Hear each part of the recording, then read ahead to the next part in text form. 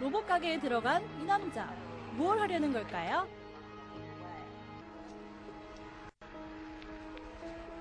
준비된 센서를 머리에 쓰고 자리에 눕자 로봇이 깨어나 말을 하기 시작합니다. 하고 싶은 말, 하고 싶은 행동, 생각만으로 모든 걸 대신해주는 이 마술 같은 현상이 뇌파를 이용한 것이라는데요. 뇌파, 과연 무엇일까요? 신비한 뇌파의 마술 속으로 빠져봅니다. 우리는 흔히 손가락 하나 움직이기 싫어라고 말을 하는데요. 현실에서도 가능해지고 있습니다. 바로 뇌파를 이용하면 되는데요. 뇌파, 과연 무엇일까요? 선생님 모시고 알아보도록 하겠습니다. 선생님, 안녕하세요.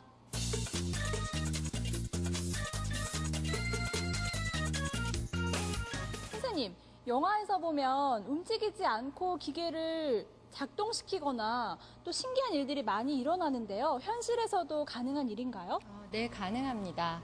영화 속에서나 볼 수 있었던 일들이 상상 속의 이야기가 아니라 우리 현실로 점점 다가오고 있는데요. 뇌파를 이용을 해서 휠체어 같은 이런 기계 장치들도 움직일 수가 있고요. 그다음에 컴퓨터도 제어를 할 수가 있습니다. 또한 요즘에는 거짓말을 하는 범인 또한 잡아낼 수가 있습니다. 이렇게 뇌파는 다양한 분야에서 활용되고 있습니다. 정말 신기하네요. 움직이지도 않고 기계를 작동시킬 수도 있고 범인도 잡아내는 뇌파. 정말 만능인데요. 선생님, 뇌파라고 하니까 뇌에서 흐르는 파도를 말하나요? 정확히 어떤 것을 뇌파라고 말하나요? 네, 비슷합니다. 사람의 머릿속에서는 매 순간 뇌파가 흘러나오고 있는데요. 뇌파란 뇌신경 사이에 어떤 신호가 전달될 때 생기는 어떤 전기의 흐름을 나타내는 것입니다. 그래서 즉 우리가 흔히들 말하기를 뇌에서 나오는 신호, 즉 뇌의 목소리라고도 말할 수 있습니다. 뇌의 목소리요? 그렇다면 선생님과 제 목소리가 다르듯이 뇌파도 다 다른 목소리가 있나요? 네, 그러니까 뇌의 어떤 활동 범위에 따라서 여러 가지 파로 얘기를 할 수가 있는데요. 델타파, 세타파, 감마파, 알파파, 베타파로 나눌 수가 있습니다.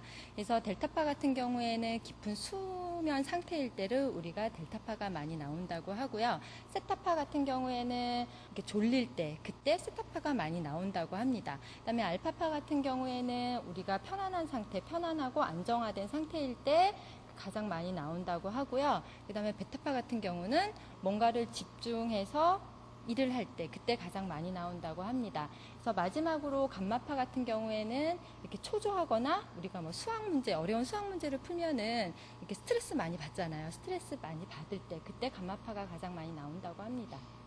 정말 다양하네요. 그렇다면 선생님과 제가 집중해서 이야기를 하고 있을 때는 베타파의 활동이 활발해지고 있다는 것 맞나요? 네, 아무래도 여러 파장 중에서 베타파의 폭이 가장 크게 나타난다고 말을 할 수가 있습니다. 우리 과학관에 베타파를 이용을 해서 재밌는 게임을 할 수 있는 전시품이 있어요. 한번 가보실까요? 선생님, 이게 베타파를 이용한 게임 맞나요? 선도 보이고 띠 같은데 머리에 쓰면 되는 건가요? 네, 이게 바로 뇌파를 이용해서 자동차를 달리게 하는 뇌파로 달리는 자동차라는 것이고요. 예아 씨의 뇌파가 자동차 동력에 신호를 전달을 해서 자동차가 달리기 시작하고 바로 이렇게 집중력을 테스트할 수 있는 그런 게임이라고도 말할 수 있습니다. 또 게임하면 또 우에하를 빼놓을 수 없잖아요, 선생님. 해볼까요? 도전! 두근두근 과학 탐험의 꽃 우에하. 과학관의 미녀 박사 김선자. 두 사람이 펼치는 뇌파 레이싱. 과연 누가 이길까요?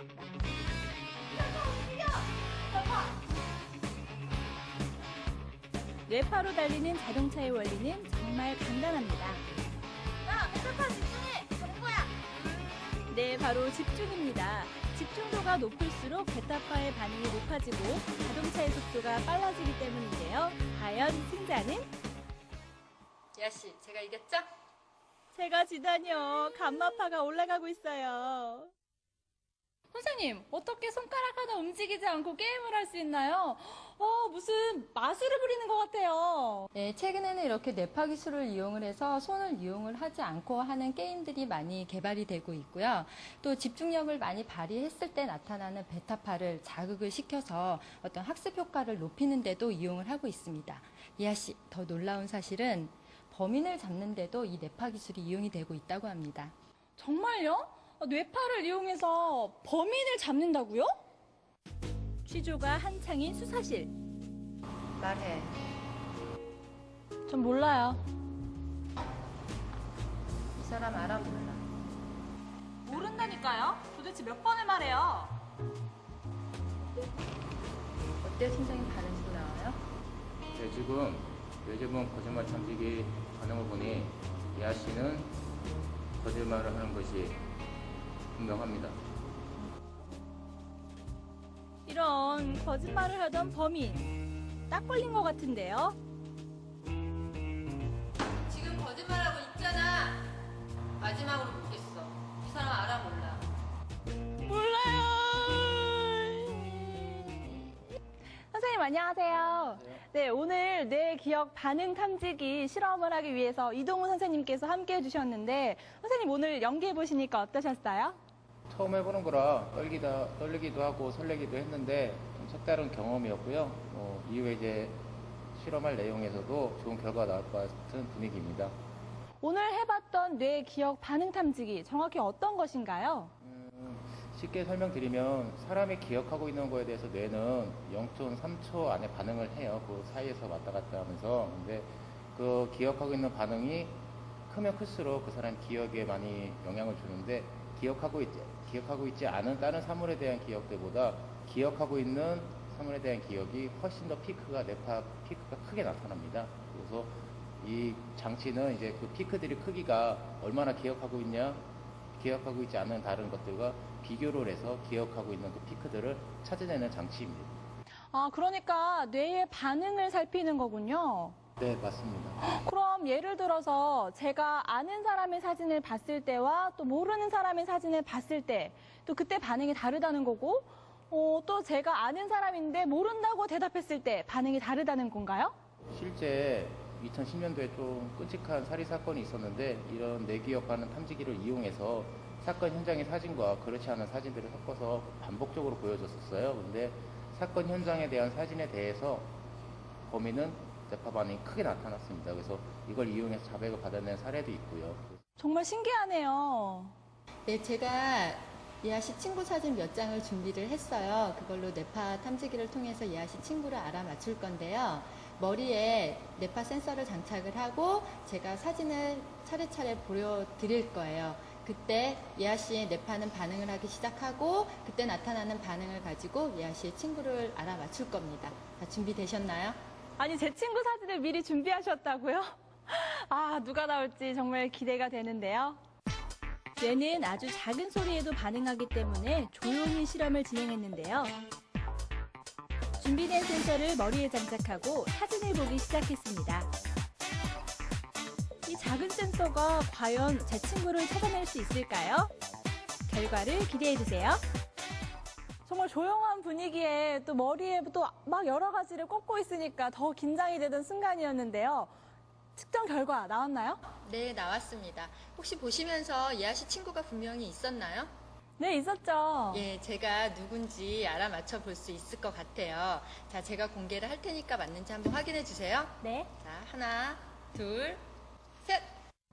제 친구 맞아요, 선생님. 어떻게 하셨어요? 지금 예아 씨 친구분 사진과 아닌 분 사진 2장을 같이 보여줘서 총 3장을 보여드렸는데 여기서 예아 씨 친구분 사진은 R이라는 파일명으로 사용했고요. 나머지 친구가 아닌 분들은 IR1, IR2라는 파일명으로 같이 사진을 보여드렸어요. 그래서 지금 검사한 결과 데이터를 보시면 R이라고 했던 사진에서 진폭, 피크가 가장 크게 나타났어요. 그래서 친구들이 아닌 분들보다도 많이 나타났기 때문에 저희가 판단하기에는 R이라는 사진, 아까 우리 연구사님께서 보여드렸던 예아 씨 친구분 사진이 피크가 가장 크게 나타나서 친구분으로 판단할 수가 있었습니다.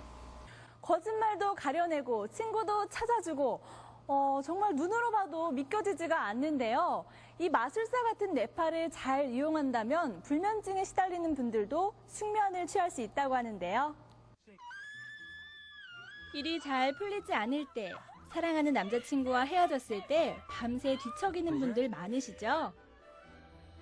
그럴 땐 향긋한 아로마 요법이 큰 도움이 된다고 합니다.